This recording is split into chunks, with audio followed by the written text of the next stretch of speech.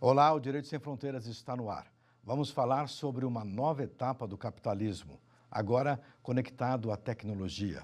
Afinal, o que são as criptomoedas? Quanto elas valem? Como é possível acumular este dinheiro virtual? Vamos saber um pouco mais na reportagem. A criptomoeda é um código virtual que pode ser convertido em dinheiro de verdade. É negociado pela internet de forma anônima, sem intermediação, mas também sem um sistema monetário regulamentado e livre do controle de uma autoridade financeira, como o Banco Central. Essa espécie de moeda digital é armazenada em uma carteira e administrada em um computador pessoal, em um tablet ou mesmo em um celular. A tecnologia por trás da criptomoeda é chamada de blockchain, ou protocolo de confiança. O blockchain define um índice global para todas as transações dentro do mesmo mercado, como se fosse um livro-razão, totalmente público e compartilhado. A ausência de mediadores criaria esse senso de confiança na comunicação direta entre as partes. A moeda virtual já é uma opção de investimento de grandes corporações e governos, como os Emirados Árabes, a Estônia e Singapura. Sinal de que não é apenas uma moda passageira, o Bitcoin, a criptomoeda mais popular do mundo, tem batido recordes de cotação. Sensacional. Para debater o assunto, nós convidamos Fabiano Jantalia, professor de Direito Econômico, e Ingrid Barth, integrante da Associação Brasileira de Criptoeconomia. Muito obrigado pela presença dos dois aqui no nosso programa. A Noruega e a Suécia parece que já assumiram a criptomoeda definitivamente, né? Como é que você explica esse salto? Viveremos sem dólar no mundo? Eu não acredito que a gente vai viver sem as moedas que a gente diz que são as moedas fiduciárias, né? Aquelas que são de Banco Central. Mas eu acredito que vai haver uma adoção maior das criptomoedas para determinados fins específicos. Então, por exemplo, a gente está vendo muito a parte de tokenização, que a gente chama, de ativos físicos. Então, você transforma um ativo físico em um criptoativo, uma criptomoeda. Só para a gente explicar para quem está em casa, o que é um ativo físico? Por exemplo, uma garrafa de vinho nobre que você tenha, que você queira, de repente, transformar isso num ativo digital. Então, você transforma aquela garrafa, você cria, lastreada naquela garrafa, uma moeda que você pode, de repente, guardar ou compartilhar com quem você queira e utilizar isso futuramente, de acordo com a variação do preço dessa garrafa, o seu ativo também, seu token, também vai valorizar. Então, esse tipo de projeto, eu acredito que vai ser cada vez mais comum, não necessariamente como uma moeda fiduciária, mas como um ativo que você vai conseguir circular de maneira mais fácil. Vai ficar fácil para o direito tomar conta de contratos a partir de moedas? Sim e não. Eu acho que a tecnologia blockchain ela ajuda bastante, por exemplo, naquilo que tem se popularizado como os smart contracts, né? Que são contratos que se autoexecutam e que a partir de condições pré-estabelecidas já tem o seu transcurso até a execução, até o cumprimento do seu objeto, se for o caso. No caso das criptomoedas, eu acredito que isso vai desburocratizar, facilitar, ampliar o acesso das pessoas a instrumentos outros de compra, de aquisição de bens, negociações. Completando um pouco do que a Ingrid falou, eu acho que as criptomoedas elas vêm para somar. Elas vêm para suplementar e não complementar, ou seja, elas não vêm a partir de um buraco, de um gap não atendido por essas moedas normais. Elas vêm para introduzir uma inovação, uma nova forma de negociar mais fácil, mais rápida, porque nem todo mundo, às vezes, pode querer manter uma conta ou ter necessariamente várias contas em banco, então a pessoa pode muito bem fazer essas negociações a partir de criptomoedas. Eu acredito, portanto, que ela é um instrumento de facilitação e na medida em que as pessoas conheçam melhor o funcionamento das criptomoedas, a população vai aos poucos desmistificando e vendo que tudo aquilo que se fala por aí realmente não tem procedência alguma. Grandes investidores já disseram que a criptomoeda pode ser uma grande armadilha por falta de segurança, falta de lastro. Há uma moeda aí que parece que valia do dia para a noite 12 mil dólares. Como é que a gente pode ter segurança numa transação como essa? A minha opinião pessoal com relação à segurança é que as criptomoedas elas trazem mais segurança. Porque o que acontece? Quando você vai fazer uma transação com uma criptomoeda, essa transação ela fica registrada no blockchain. O que é o blockchain? O blockchain é o sistema, como se fosse um sistema tecnológico, com várias tecnologias acopladas, que permite a transação e o registro dessa transação. Autentica, Isso. protocola e Exatamente, registra. exatamente. E todos esses registros são imutáveis. Então, o blockchain foi construído para que não possa haver mudança nas informações que foram registradas lá. Isso traz um nível de segurança hoje para uma transação de criptomoeda muito maior do que uma moeda fiduciária, por exemplo, né, que não Vamos fica fazer uma registrada. comparação aqui? Tentar Claro. fazer? O senhor ajuda, doutor. Eu sou um operador financeiro em algum lugar e eu sou uma pessoa que estou com uma perturbação terrível, posso mexer na sua conta e tirar dinheiro da sua conta para ela, para a conta dela. Isso é possível hoje no sistema financeiro. Sim. Com a criptomoeda, isso seria possível? É mais difícil, porque você precisa da chave privada, que a gente chama, né? E mesmo assim você consegue rastrear. Hoje já existem mecanismos de rastreio de transações dentro do blockchain que você sabe exatamente de que carteira foi, para que carteira está sendo enviada. Então você consegue ir atrás muito mais fácil quando você faz uma transação dentro do blockchain. Onde que o banco pode ganhar ou pode perder dinheiro com a adoção da criptomoeda? Eu tenho uma visão bastante particular a respeito disso. Eu acho que as criptomoedas, elas, se bem incorporadas ao sistema financeiro, às relações econômicas e financeiras, elas não vão trazer perda para praticamente ninguém. O que acontece hoje é que você tem, de fato, a atuação preponderante dos bancos na oferta, na disponibilização de liquidez, de recursos que as pessoas precisam para tomar emprestado, etc. Embora você tenha a figura das fintechs, que tem facilitado bastante isso hoje, eu acredito que com a adoção, a incorporação das criptomoedas, as trocas financeiras vão ficar muito mais diversificadas. Você tem muito mais oportunidade de fazer trocas financeiras com o blockchain e com a vantagem que a Ingrid colocou, porque da essência do blockchain, a ideia de segurança, de auditabilidade, de rastreabilidade. Isso está, quase que podemos falar assim, no DNA, ou seja, na estrutura mais elementar de programação da tecnologia blockchain, é justamente a auditabilidade. Eu acredito, então, Bob, que não haveria, num primeiro momento, isso causa impacto para todos. Uhum. Isso vai trazer uma nova... O blockchain, não só as criptomoedas, mas o blockchain em si, ele é, como a Ingrid fala muito, uma verdadeira revolução, né? E aí a expressão é dela, revolução social, né? Ele traz uma revolução na forma como as coisas são conduzidas e, dentre elas, nas operações financeiras. Então, eu não vejo eu vejo um jogo, como dizemos na economia, um jogo de ganha-ganha. E não um jogo Todo mundo vai ganhar. Eu acho que sim, eu acho que sim. Agora, é óbvio que para isso é preciso uma série de cuidados, é preciso uma série de pavimentações, inclusive na seara jurídica, com regulamentação, com estímulos. É isso que eu vou perguntar para você agora. Tá. Existe uma regulamentação mínima sobre essas transações, sobre o acesso, digamos, da clientela a esse sistema? Hoje, o que não tem regulamentação são as empresas que trabalham com isso, né? São as exchanges e tal, que estão se juntando através de associações para tentar se autorregular, sugerir o que seria interessante para que o mercado efetivamente cresça e beneficie todo mundo, toda a população. Então, a gente não é proibido você ter criptomoeda, inclusive você pode declarar isso no seu imposto de renda, o que você ganhou com isso, tanto pessoa física quanto jurídica. O que falta realmente é uma clareza para as empresas que querem trabalhar com isso. Mas para a população, isso já é teoricamente livre, né?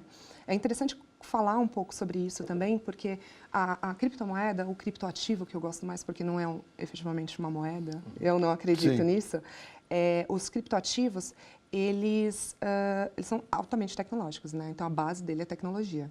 E hoje, peguei uns dados recentes, a gente tem 1,2 celular por pessoa no Brasil.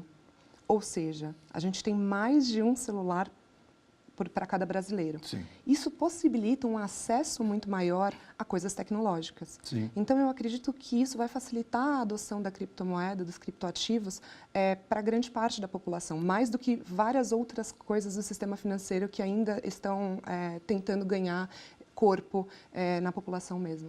Qualquer pessoa pode ter acesso a essa criptomoeda, ou como prefere a Ingrid, esse criptoativo? Sim. Está acessível a todos a partir de um celular, de um cadastro em alguma exchange ou de algum tipo de acesso a... Vamos tentar dar um exemplo aqui. estaria com o meu celular aqui e agora quero fazer uma operação em criptomoeda ou criptoativo. Para quem que eu ligo? Bem, eu acho que há várias maneiras de você operar, né? Em primeiro lugar, é preciso lembrar o seguinte, como a Ingrid bem colocou, a criptomoeda, na verdade, o que a gente chama de criptomoeda é um ativo. Sim. É um ativo como haveria um título de crédito, um cheque, só que inteiramente digitalizado, digamos assim, e debaixo de uma estrutura de criptografia, uma programação acoplada a uma estrutura de criptografia. Então, não é preciso ter grande sofisticação, você não precisa entender de programação para você adquirir uma criptomoeda. Mas para onde que eu vou ligar para comprar isso? Há várias alternativas no mercado. Você tem, no plano internacional, vários sites onde você pode buscar, mas é obviamente que é preciso, e aí é uma recomendação importante, você recorrer a uma empresa estabelecida, a uma exchange, como a gente chama, né, que é justamente, digamos assim, por aproximação, como se fosse uma corretora de moedas virtuais, em que você vai buscar. Então, nós temos aí pelo menos 4 ou 5 grandes players no Brasil, estabelecidos no Brasil. E se a pessoa, por exemplo, quiser acompanhar o preço, a cotação, ela pode ir não apenas a essas exchanges já estabelecidas, uma pesquisa rápida na internet pode ajudar, como alguns sites internacionais que listam hoje perto de 2.000 criptomoedas que a gente encontra nas bolsas ou nos rankings, vamos dizer assim, internacionais. Então, a recomendação, do ponto de vista jurídico, que eu sempre faço é procure uma empresa, uma exchange regularmente estabelecida, porque aí você está diante de um CNPJ, de alguém a quem você vai procurar. Então, recorrer à dark web, a outros mecanismos que podem parecer muito mais, digamos assim, promissores, é aquela história, o barato sai caro. Procure o mercado formal e tudo vai ter a sua garantia jurídica. O fato de não haver a regulamentação ainda traz uma certa preocupação, naturalmente, mas a gente precisa entender que é da tradição do direito brasileiro o que a gente chama de atipicidade dos contratos, liberdade dos contratos. Então, enquanto o Estado não definir que esta atividade, por exemplo, a negociação, uma ICO, como a gente chama, né, uma oferta inicial de moedas virtuais, enquanto o Estado não definir, por meio da CVM nesse caso, que nós estamos diante de uma oferta de valores mobiliários, por exemplo, essa atividade ela continua livre. Então, não há hoje nenhuma irregularidade, nenhuma ilegalidade. A regulamentação que tem se buscado é para dar ao mercado um pouco mais de liquidez, um pouco mais de segurança e, claro, para você estruturar isso de uma forma mais clara, mais transparente. Voltamos disso, daqui a pouquinho vamos voltar a falar nesse assunto, assim que a gente voltar do nosso intervalo. Não vai embora.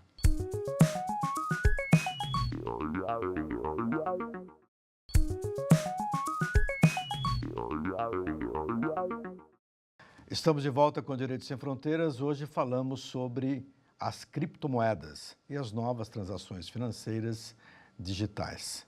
Nós conversávamos no bloco anterior. Eu queria saber, estou muito curioso para saber como que as pessoas podem se sentir. Eu tenho uma poupança familiar. Eu posso pegar esse dinheiro e jogar tudo isso em Bitcoin, não? Bom, você pode fazer o que você quiser com o seu dinheiro. Sim. Vivemos num país, graças a Deus, livre. É seguro fazer isso? Não é seguro. Não é seguro. Não recomendo. Primeiro, o que eu recomendo é você conhecer. Então, faz um teste, um pequeno teste, para ver como você se sente com relação a colocar o seu dinheiro num criptoativo. Como é que se faz esse pequeno teste? Você vai, como já mencionaram, você vai numa exchange, que a gente chama, que é uma corretora, você faz um cadastro mínimo, então eu só preciso ter certeza que você existe, você está com a sua documentação em ordem, e eu vou te dar um acesso a uma plataforma que você vai colocar o seu dinheiro lá em reais mesmo, e a partir do momento que o seu dinheiro, você tem esse depósito dentro da exchange, você consegue fazer uma ordem de compra ou uma ordem de venda, se você estiver na ponta contrária, se você estiver vendendo criptoativo, né? Então, assim, a grande recomendação que eu faço, eu gosto sempre de falar isso, assim, não coloque o dinheiro inteiro da sua família em criptoativos sem você conhecer. A economia, ela fala bastante disso, né? Não coloque todos os seus ovos na mesma cesta. Então, por mais que seja um mercado em ascensão, que eu acredito muito, estou trabalhando com isso, minha empresa faz projetos em blockchain, eu sugiro primeiro se familiarizar, conhecer, ver como você se comporta com relação a esse mercado, para depois você ir colocando um pouco mais de dinheiro nisso. Quando você falou para eu ir até uma exchange, É força de expressão, na verdade, deveria abrir um portal, num site, Isso, né? exatamente. E fazer um cadastro ali, como se fosse um tesouro direto, uma operação de compra e venda de ações e tal. Tradicional. Por que eu falo, né, para ter cautela, é importante ter cautela? Porque é um mercado que varia de preço. Então, um dia você tem um preço, outro dia você tem outro preço. Ele se baseia muito em notícias sobre o mercado de criptoeconomia. Então, quantas moedas que nós temos hoje? Eu sei, por exemplo, que a Suécia criou a moeda dela, né? Criou o próprio ativo. Os tokens, né? O ativo. Isso. Parece que a Suécia fez isso, a Noruega também fez, e outros países estão criando as próprias moedas, os próprios ativos. Certo. Por que eles estão criando os próprios ativos?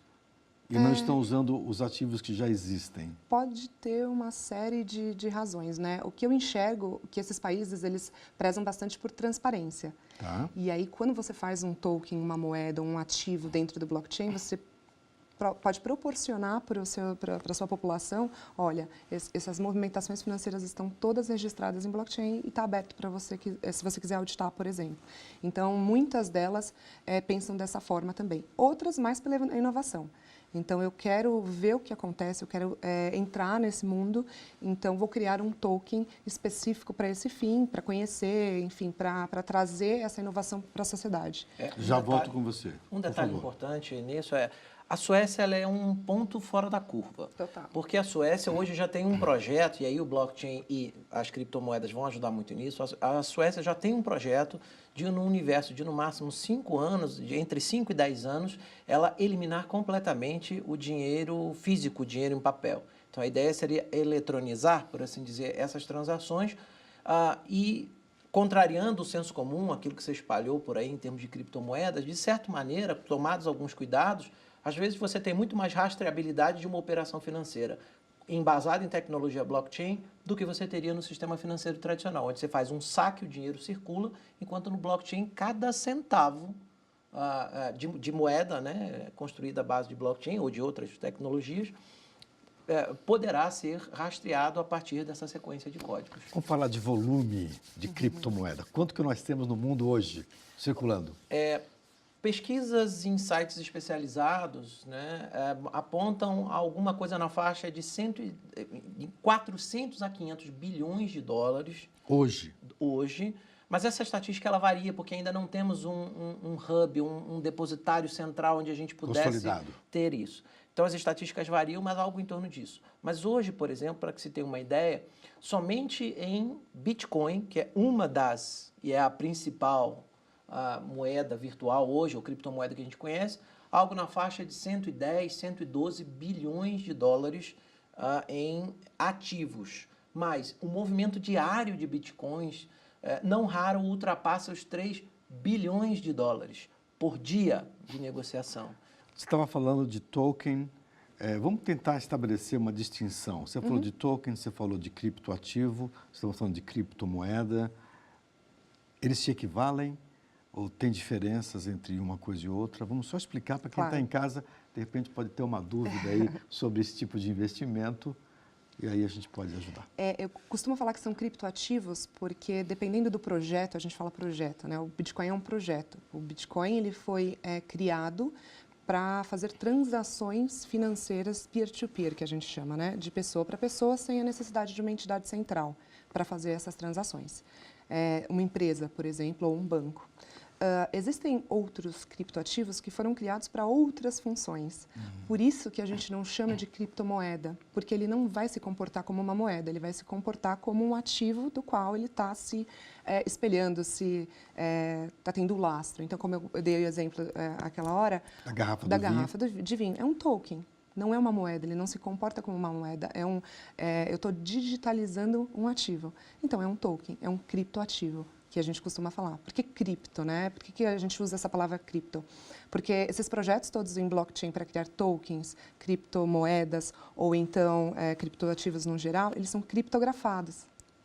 Então, é por isso que a gente chama de criptoativos, porque são ativos que você pode colocar dentro do blockchain, criar dentro do blockchain. Então, depende da natureza do projeto, você vai chamar de uma coisa ou de outra, entendeu? Obstáculos globais para a expansão dessa plataforma.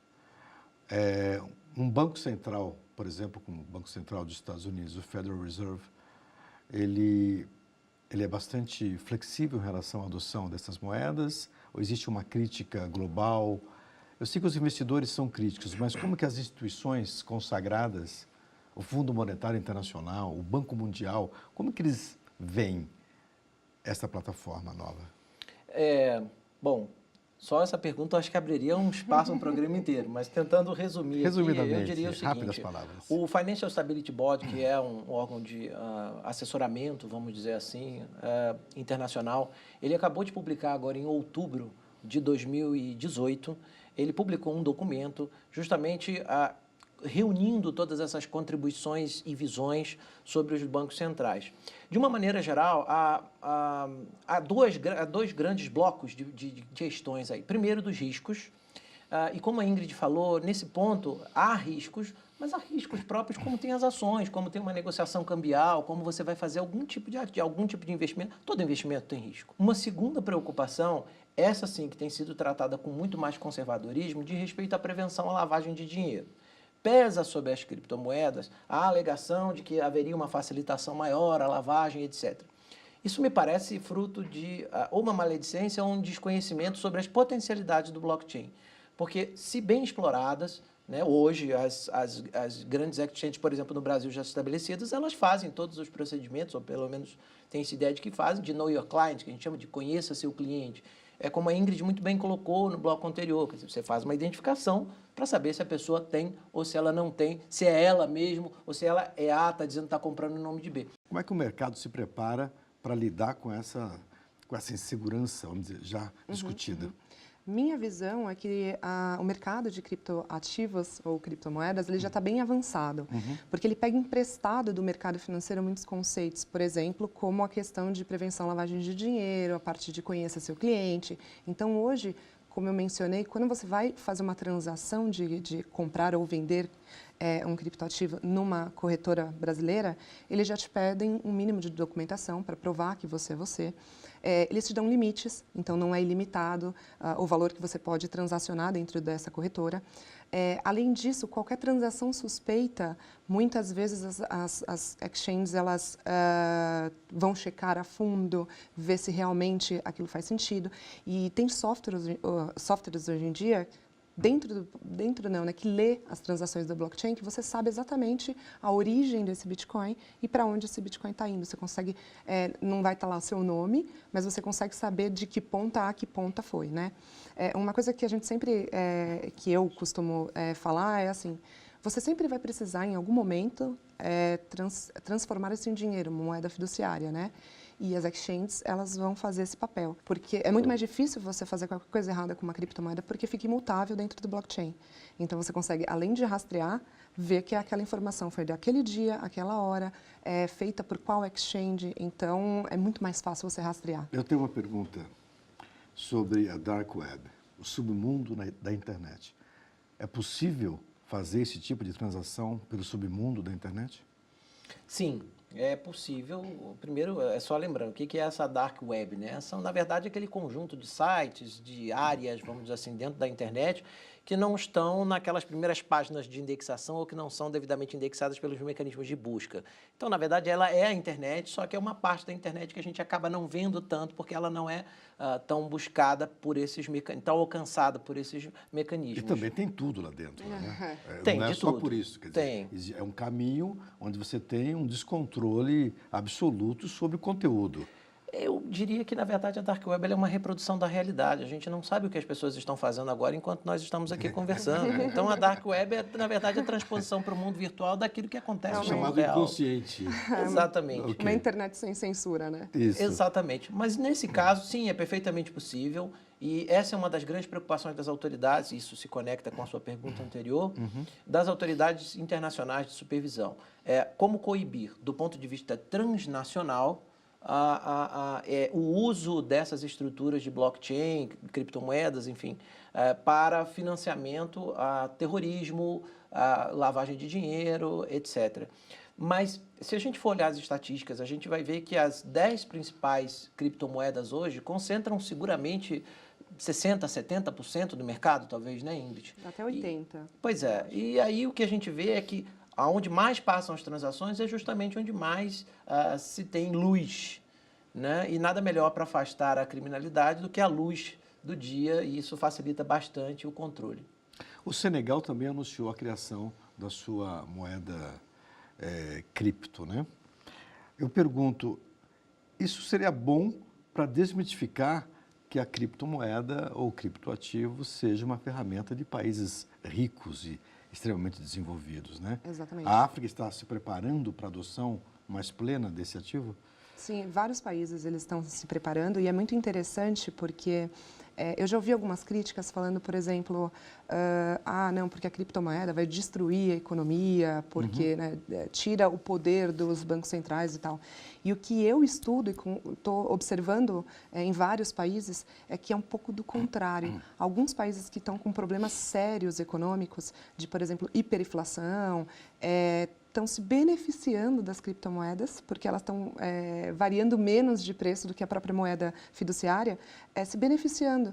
Então, populações inteiras, países inteiros, estão conseguindo sobreviver pelo uso da criptomoeda. Então, de novo, Perfeito. é um mito esse negócio de que a criptomoeda ou os tokens e criptoativos vão acabar com a economia. Muito pelo contrário. Reforço. Reforça, veio para somar efetivamente. Perfeito. Infelizmente, chegamos ao final do nosso programa. Eu agradeço muitíssimo aos dois pela divisão de conhecimento com todo mundo. E agradeço também a você que nos acompanhou. Se você quiser ver este programa ou outros programas, acesse o site da TV Justiça e acesse também o nosso canal no YouTube, TV Justiça Oficial. O nosso e-mail é direitosemfronteiras@stf.jus.br. Um abraço e até a próxima.